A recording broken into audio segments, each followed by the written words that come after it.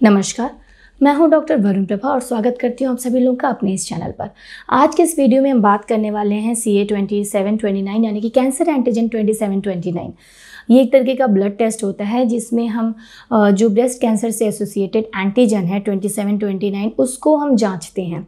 ये एक तरीके का ट्यूमर मार्कर है ब्रेस्ट कैंसर के लिए और अलग अलग और कई सारे कैंसर जो एंटीजन्स होते हैं उनके साथ इसको मेजर किया जाता है। ये एक तरीके का प्रोटीन होता है जो कि सेल सरफेस पे होता है और इसको जो ब्रेस्ट कैंसर का डायग्नोज पेशेंट है उसमें जांचा जाता है। तो आज की इस वीडियो में हम इसी के बारे में डिस्कस करेंगे। बेसिक जानकारियाँ जो मैं आपके साथ शेयर करूँगी जो कैंसर एंटीजन है 2729 उसके बारे में। तो आगे बढ़ने से पहले लेकिन अगर अभी तक आपने हमारा चैनल सब्सक्राइब नहीं किया तो जल्दी से जल्दी कर लें ताकि आपका कोई भी अपडेट मिस ना हो और मैं आप तक ऐसे ही अलग अलग जो मेडिकल टेस्ट हैं, इन्वेस्टिगेशंस हैं या फिर बीमारियां हैं उनसे जुड़ी जानकारियां लेकर आती रहूं।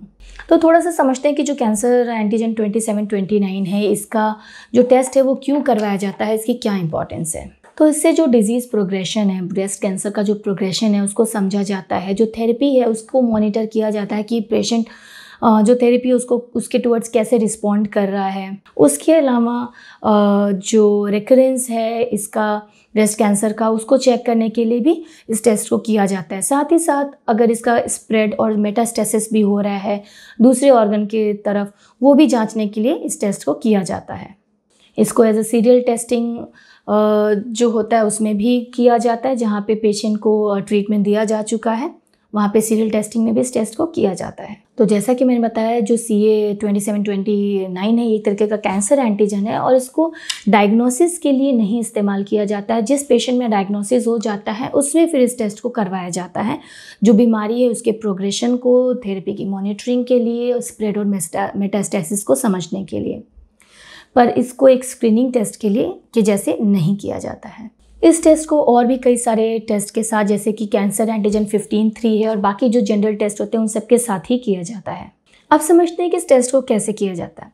ये एक तरीके का ब्लड टेस्ट होता है जिसके लिए एक ब्लड सैंपल की ज़रूरत होती है जो हमारे एल्बो की वेन से लिया जाता है और इसके लिए सच कोई खास प्रिपरेशन की ज़रूरत नहीं होती है। तो वो ब्लड सैंपल लेने के बाद उसको जो टेस्ट किया जाता है वो रिज़ल्ट आपके सामने आपको प्रोवाइड कर दिया जाता है।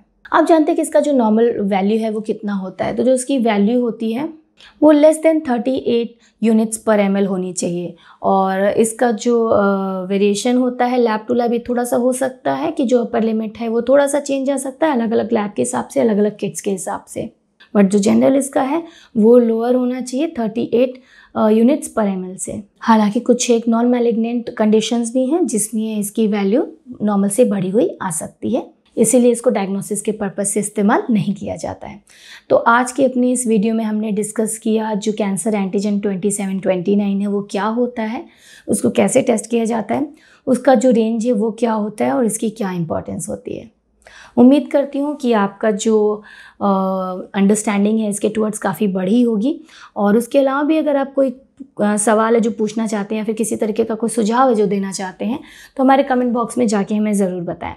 और एक इम्पॉर्टेंट पॉइंट है कि जब भी आप अपना टेस्ट करवाते हैं जैसे कि मैंने इसमें आपको इसका नॉर्मल रेंज बताया वो बहुत ज़्यादा इम्पॉर्टेंट होता है किसी भी बीमारी को समझने के लिए और उसके फर्दर प्लानिंग के लिए और ट्रीटमेंट से रिलेटेड या बाकी जो भी चीज़ें हैं।